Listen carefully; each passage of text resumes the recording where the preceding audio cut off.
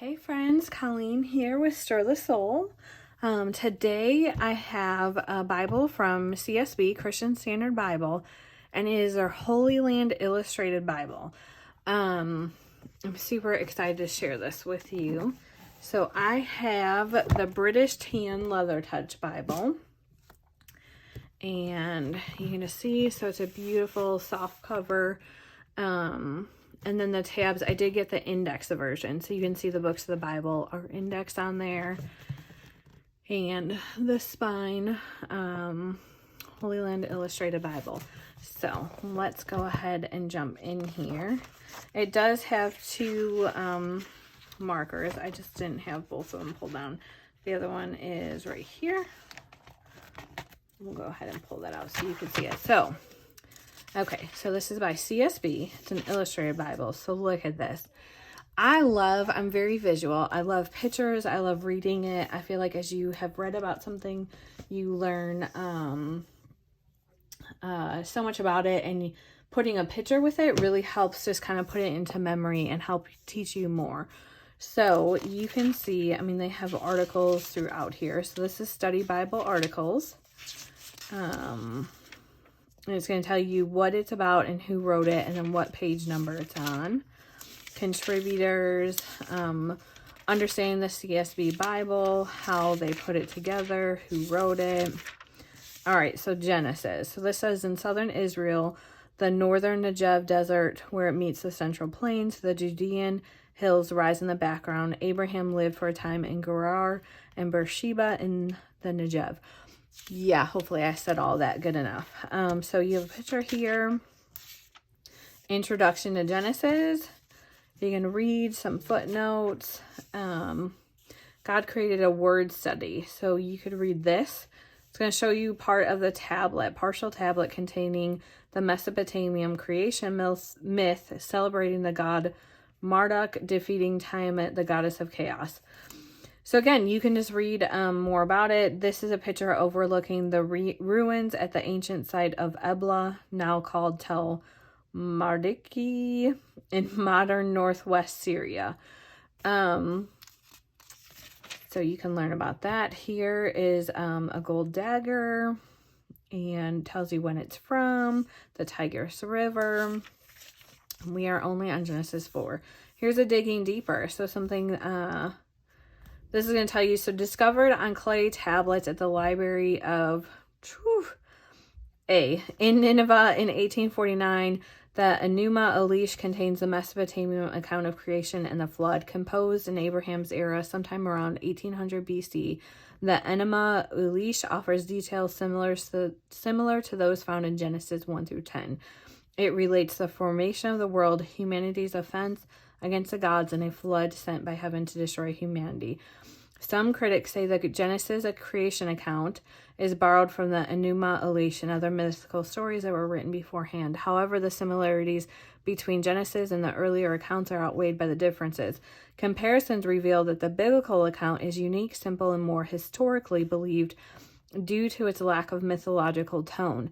This makes it difficult for critical scholars to argue that the biblical record was borrowed from earlier mythology. Myth always becomes more distorted over time, but never becomes more simplified and historically believable like the Genesis account. Therefore, it is very unlikely that the biblical writers relied on the Enuma Elish.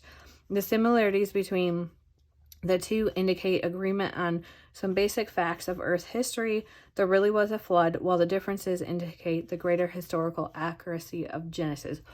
Okay, that was a lot to read. I read it fast because I don't want this to be super long, but you can see you're going to have a lot of historical facts and things woven into this Bible, and I think I'm absolutely going to love it. Just reading through here, seeing just the different pictures and putting it in just our memory of when we read about these again. The next time we'll kind of have an image of what that looked like, what we picture when we see it.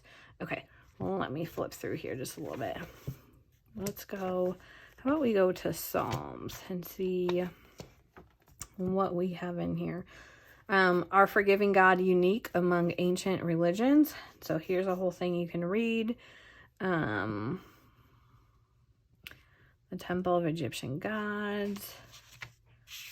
I mean, they have just taken a lot of time to put this together, and the stories in here. And I don't want to say stories, but the stories of other people, of these writings in here, to add these in the pictures. All right, let's flip through a little bit more. Let's go to Matthew. All right, New Testament. A view of Bethlehem in Israel from atop the Herodium. Introduction to Matthew.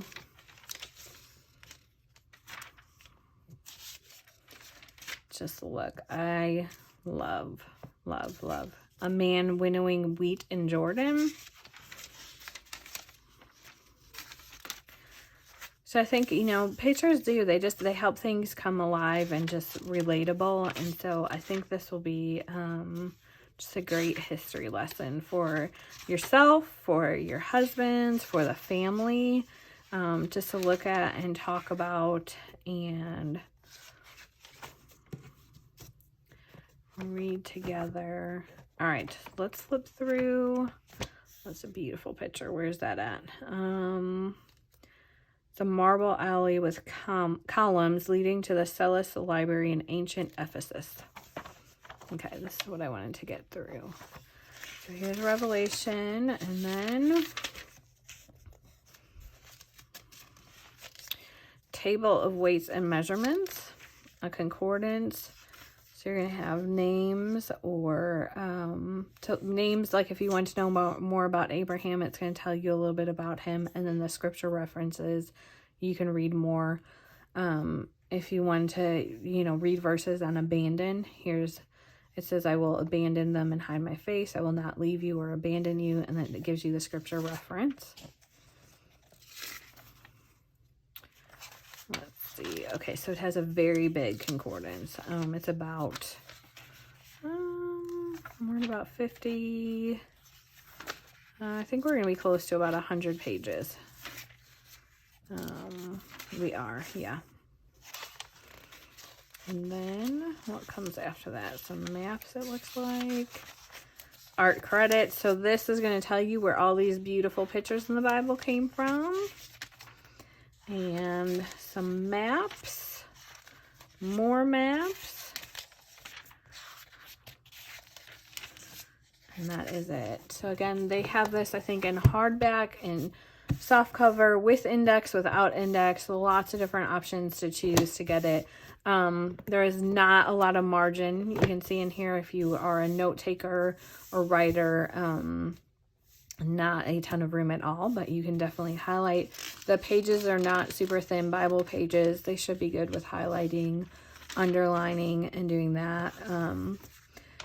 For notes, you can have a notebook next to you, or use Post-it notes and just pop those in there as you want to take notes and do that. But beautiful Bible. So again, this was the Holy Land Illustrated Bible by Christian Standard Bible, CSB. So thanks for watching, and if you have questions, you can leave them in the comments or send me a message and I will get back to you. Thanks now.